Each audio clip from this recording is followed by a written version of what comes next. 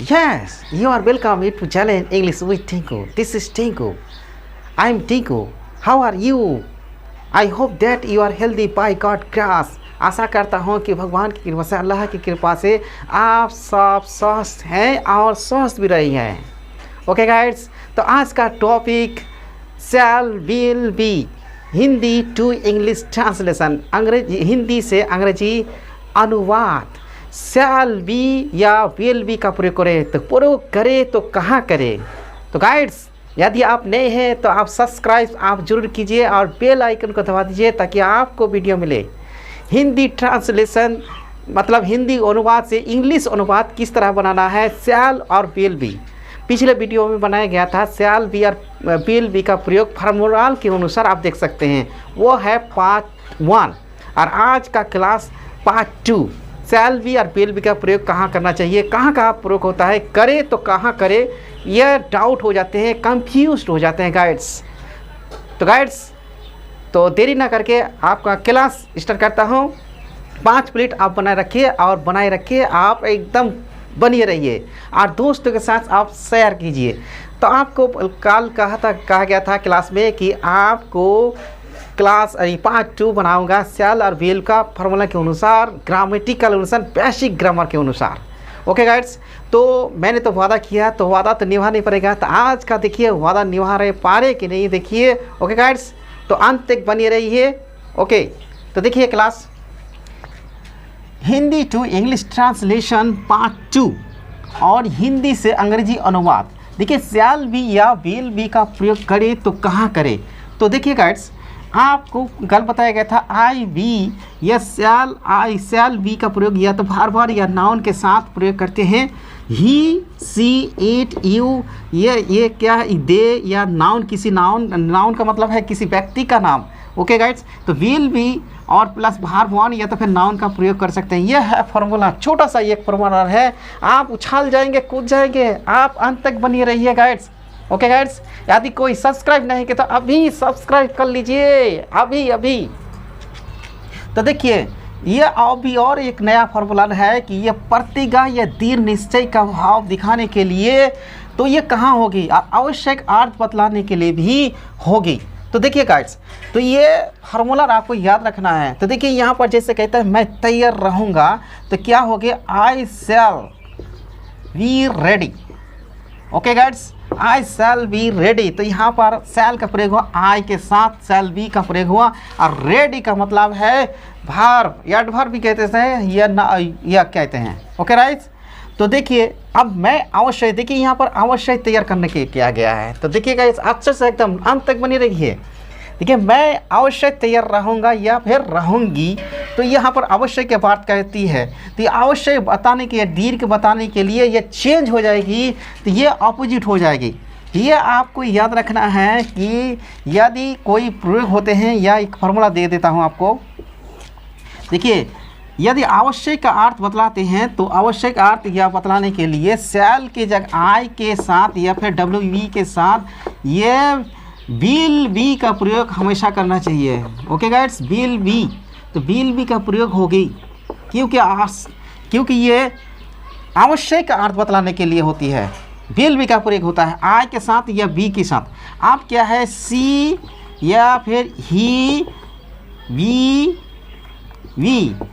या तो दे के साथ प्रयोग होगी, यू के साथ या किसी नाउन के साथ। यदि आवश्यक अर्थ या दीर्घ या संकल्प बताने कह रहा है, प्रतिज्ञा के बारे में कहता है, तो इसके साथ शैल का प्रयोग होगी। ये अपोजिट जैसा शैल बी का प्रयोग होगी।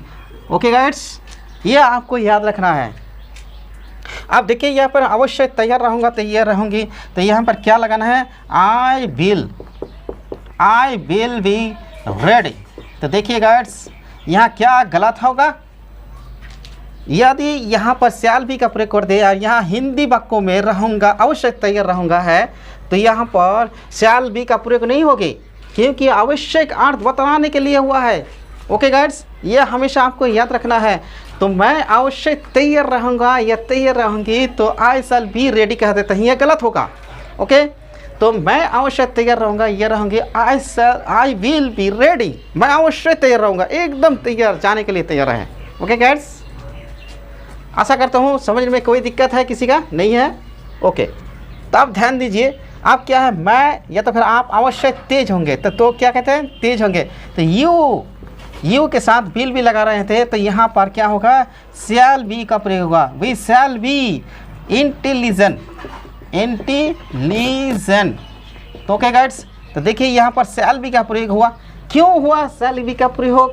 क्योंकि ये अवश्य का अर्थ बताने के लिए हुआ है। प्रतीक मैं संतुष्ट रहूँगा, तो क्या कहते हैं यहाँ पर आई के साथ शैल बी का प्रयोग होता है, लेकिन यहाँ पर आवश्यक अर्थ बताने के लिए शैल बी नहीं विल बी का प्रयोग होगी। ओके गाइड्स, देखिए तो आई विल बी सैटिस्फाइड।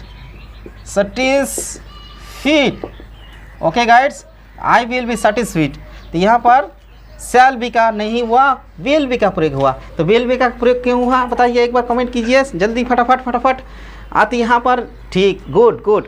तो यहाँ प्रतिज्ञा या तो दीर्घ संपर्क या आवश्यक अर्थ बतलाने के लिए यहाँ आई के साथ विल बी का प्रयोग हुआ। यदि यहाँ आवश्यक नहीं होती तो आई शैल बी सैटिस्फाइड, मैं संतुष्ट, तो यहाँ पर शैल बी का प्रयोग तो नहीं हुआ, तो ये गलत है। क्योंकि ये मैं संतुष्ट रहूँगा कहता है, तो यहाँ शैल बी का प्रयोग नहीं होगी, तो यहाँ पर शैल का ही प्रयोग होगा, I shall be satisfied. Okay guys, अब देखिए दूसरा में देखिए, अब मैं अवश्य संतुष्ट रहूँगा, यहाँ पर विल का प्रयोग हुआ। आई विल बी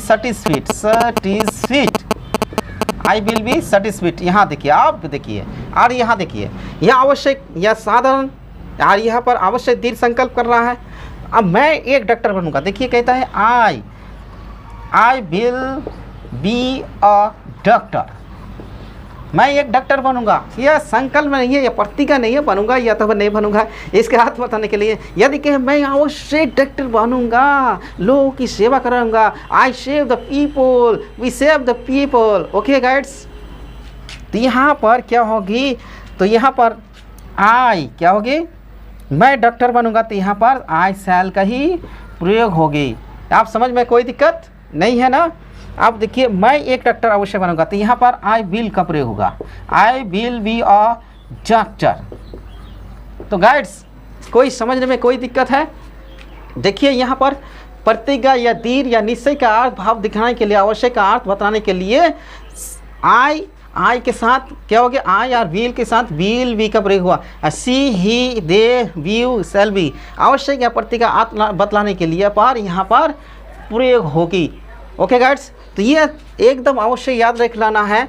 देखिए ये यहाँ लिख देता हूँ, आई हो या बी हो या आवश्यक अर्थ बताते हैं, तो इसके बदले में क्या होगी, इसके साथ विल शैल बी का नहीं विल बी का प्रयोग होगा, will be. Okay guides, will be.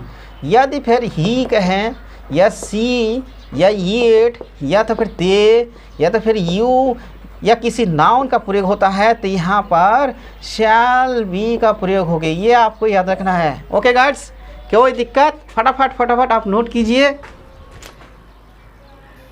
Yes, अब देखिए दूसरा फार्मूला के अनुसार ये बताया जा रहा है कि देखिए कि नेगेटिव सेंटेंस और इंटरोगेटिव सेंटेंस आप पढ़े हैं। एफर्मेटिव सेंटेंस आपने पढ़ा है। नेगेटिव सेंटेंस और इंटरोगेटिव सेंटेंस में आप फार्मूला के अनुसार देखिए बेसिक ग्रामर। अब देखिए आई वी प्लस शैल उसकी प्लस नॉट प्लस बी और भाव या फिर नाउन का प्रयोग करते हैं। फिर से देख लीजिए, आई वी और शैल के साथ बी होता था, लेकिन अब क्या है उसके बाद नॉट होगा, नॉट के बाद क्या होगी बी और नाउन हो गए। अब देखिए ही सी इट दे यू ये सब होता है, तो बिल के बाद नॉट के बाद किया था बी भाग नाउन, ये सब प्रयोग होगी। अब देखिए इंटरोगेटिव में थोड़ा सा परिवर्तन है कि शैल पहले ही प्रयोग हुआ, बाद में सब्जेक्ट होती थी, अब सब्जेक्ट नहीं हेल्पिंग वर्ब हो गया है, तो ये सब्जेक्ट के रूप में प्रयोग होता है। देखिए सब्जेक्ट के रूप में हुआ कि नहीं, देखिए शैल और उसके बाद सब्जेक्ट बाद में प्रयोग होती है, आई वी और बी। अब बी का भी परिवर्तन होगा, तो यहाँ पर वर्ब नाउन। यहाँ पर भी देखिए इंटरोगेटिव सेंटेंस में और अंत में क्या होता है, क्वेश्चन मार्क रहती है। क्या होती है? Question mark.